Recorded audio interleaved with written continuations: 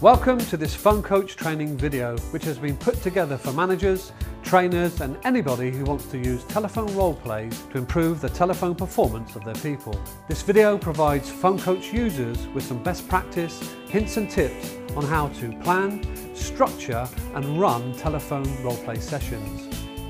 To gain buy-in from participants, maximise their participation and ensure they have an enjoyable and positive experience.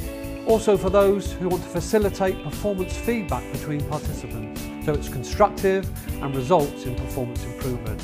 And finally, it will help you get the most out of the Phone Coach system and telephone role plays to the benefit of your people. Like most training sessions, a great telephone role play session should have three distinct parts. It should start with an introduction to let participants know what will happen and what's involved, to gain their buy-in and to put them at ease. It should have a main theme. This will be the actual role-play practice and feedback on a specified topic to improve telephone skills and performance. Role-plays are best organised and facilitated using the tried and tested framework for skills training and development known as EDIT: explanation, demonstration, imitation and feedback or role-playing, coaching and consolidation. The imitation or role-play part of EDIC should incorporate the booster principles of constructive feedback and a painless and effective feedback process after each role-play, both of which we'll cover later in the video. Finally, there should be a summary and a call to action where you can explore what happened, what they learned, how they will apply this in the workplace. So let's take a look at this three-part role-play session in more detail. The best role-play sessions are set up and introduced in a way that really engages participants, gains their buy-in and puts them at ease. After all, role-playing can be a nerve-wracking experience, so you'll need to make introductions and cover the housekeeping arrangements and start with an ice-breaking activity to arouse interest. You'll also want to describe the topic being covered, the objectives and the benefits of the session. The most effective role-play sessions focus on closing performance gaps that participants already know exist. In this situation, it's relatively easy to help participants recognise the benefits of role-play. You'll also want to explore the benefits of role-play in a very enthusiastic and positive way, that they will be conducted in a safe environment away from customers where mistakes can be made and in fact will be expected, so we can gain instant feedback and learn from the experience and ultimately improve performance. You'll want to introduce Phone Coach and the benefits of using it, for example. It works just like a normal telephone system, making role plays very realistic. It enables you to immediately listen to recorded calls in pairs over the handsets, so you get instant feedback on the things you did well and those things that could be improved. It enables you to listen as a group and share the great role-played calls over the loudspeaker. You'll also need to briefly demonstrate how to use it in pairs. There's a specific video produced by Phone Coach on this very subject. You'll also want to cover the principles of constructive feedback to be used after each role play, using the mnemonic booster, which emphasises that constructive feedback must be balanced, focused on positives of performance as much as the negatives coming from the role play, observed, based on what actually happened during the role play, objective, an account of what happened without judgment, specific, focused on the subject of the role play, for example the skill being improved, timely, given as soon after the role play as possible so the experience is still fresh in the mind, empathetic, taking into consideration how nerve-wracking role play can be, especially the initial ones in the session, recorded, where possible written down so participants can take this away to continue to use the feedback to improve performance in the future. Finally, you want to establish a robust feedback process to be used after the role play to avoid argument and confrontation. One effective process would be listen back to the recorded call together, making notes on what went well and not quite so well relating to the specific topic under focus. First word to caller on how they felt it went. It's only polite to give them the first say. Then a vow of silence on caller, so constructive feedback can be given unchallenged. Then booster feedback from the call receiver on what went well and not quite so well, followed by a keep change summary from the call receiver, what the caller should keep and do differently on the next call. Finally, its last word and a keep change summary from the caller, what they will actually keep for the next call and what they will do differently. The best role play sessions are set up and introduced in a way that really engages participants. Once the introduction is finished, you'll be ready to move to the main theme or the role-play activity. Following the EDIC framework, the main theme or role-play activity should start with an explanation. The participants will need to understand what they are looking to improve through their role-play before they undertake it. So you'll need to introduce the topic being covered. This could be a generic look at telephone skills, or more effectively a specific telephone performance gap identified through observations or customer feedback, for example. You'll then need to explore and confirm the benefits of improving performance in this specified area. You'll also need to run through the specified topic so delegates understand what it is specifically they are looking at. You could use one of the series of checklists provided by Phone Coach, or produce your own in-house checklist to do this.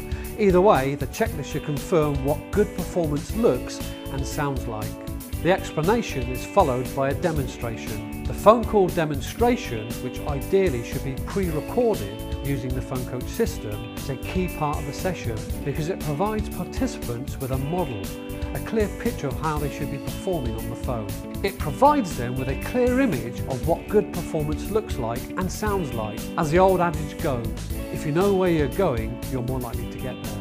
Avoid asking participants to provide the initial demonstrations, as the extroverts are likely to play to the gallery while the more nervous ones are likely to freeze. Avoid taking part yourself. If it goes well, it will only demonstrate what they already know, that you're the expert. If it doesn't go well, let's not go there. So it's worth spending time to set the demonstration up during the session. Before the demonstration is provided, the participants need to be clear on what they need to do to get the most out of it. So you'll need to introduce the demonstration. Ask participants to listen carefully and make notes on what they hear. Ideally, they should use the relevant checklist to assess the demonstration call, identify and confirm key steps and skills relating to the topic. After the demonstration, you'll want to hold a post-demo review using the checklist of the key points relating to the topic, that is, what you'd like to see and what you want the delegates to focus on when they role-play. Once they have a clear picture of the objective of the role-play, the participants are ready to have a go. The effectiveness of role-playing is all about good organisation and making sure all participants have an opportunity to play the role of the caller, although often playing the call receiver can be just as insightful.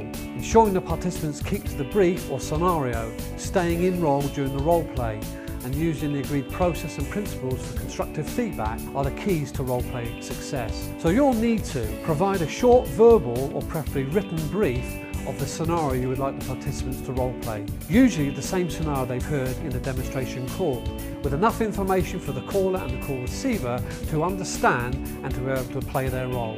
Avoid making the scenarios too long. Consider providing participants with an initial script, making sure by the end of the session they move away from the script to make more natural calls. Issue checklists if the participants don't already have them. Organise the delegates into pairs and position them appropriately. Situating pairs at opposite sides of the room, facing away from each other so there is no eye contact, which they don't normally get over the phone, usually works very well. Better still, the Phone Coach system allows participants to be in separate rooms.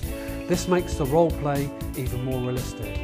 Reconfirm the benefits of role play and the process and principles for constructive feedback. Then give them time to complete their role plays using the Phone Coach. Listen back to recordings either over the handset or via the loudspeaker, using the checklist to identify what went well and not quite so well. To receive constructive feedback from their colleague after each role play, using the agreed feedback process and principles of constructive feedback. As a trainer, you'll want to listen into calls or walk around the room to identify coaching points you'd like to share with the whole group. Once the role plays have been completed, you'll probably have some coaching points you would like to make.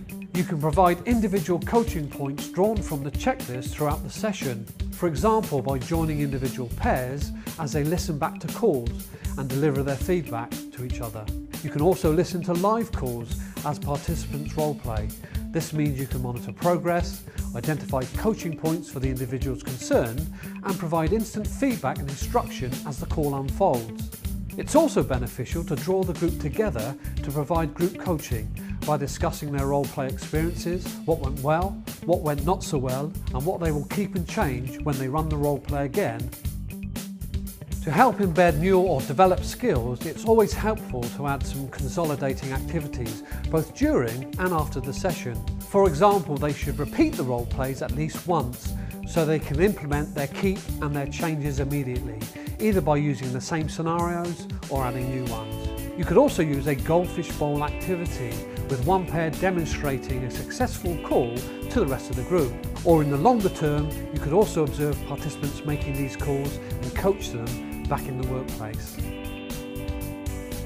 Once all the role playing has been completed, you can round things off with a session summary.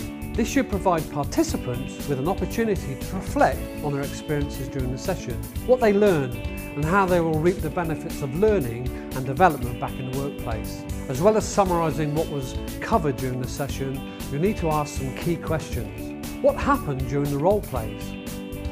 What did you learn? What does this mean for you in your job? What will you do differently in the workplace?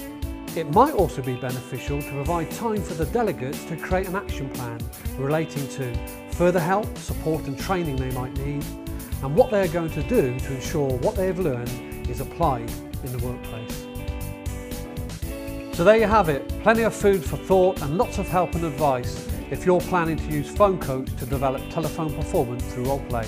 The advice provided here has been drawn from managers and trainers who regularly incorporate Phone Coach into their formal telephone training sessions with their people to add the wow factor and make role-playing more realistic and effective. But it doesn't stop here. The insight should also help you run impromptu or less formal role-play sessions where buy-in, participation, fun and constructive feedback are still essential ingredients for success. Whatever approach you take, good luck and have fun.